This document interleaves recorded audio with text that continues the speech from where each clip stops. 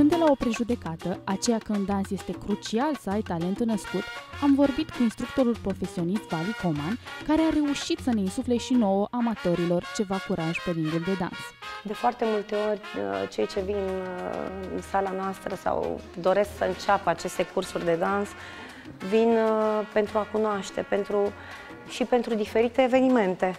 Vin aici încărcați după 8 ore sau 10 ore de servici și pleacă cu o energie foarte bună de aici.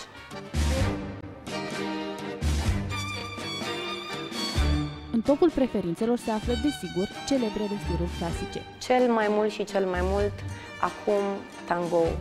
Cel mai mult. Doresc să le facem un colaj cu vals vienez și cu tango. Noi ne-am gândit că sunt suficiente 5 ședințe și, într-adevăr, acea pereche învață chiar și o coreografie. Nu numai un dans în sine, pași de dans și atât.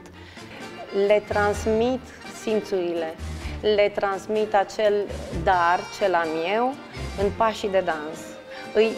Îi conduc către acei pași. Din programul cursanților nu lipsesc însă nici dansurile noastre populare.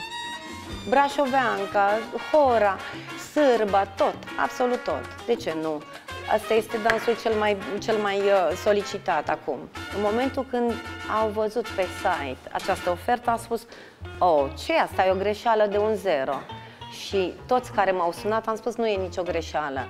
Eu nu vreau să fac o afacere." Anul ăsta am descoperit foarte mulți tineri care își doresc să învețe dans.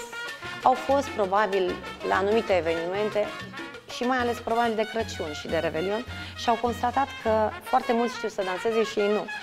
Și au intrat pe site, au dat click și au dat de noi. Și evident nu le venea să creadă. Nu, e adevărat. Noi nu vrem să câștigăm, noi vrem să vă oferim aceste lucruri frumoase ce se află în casa noastră aici. Aici e o a doua casă.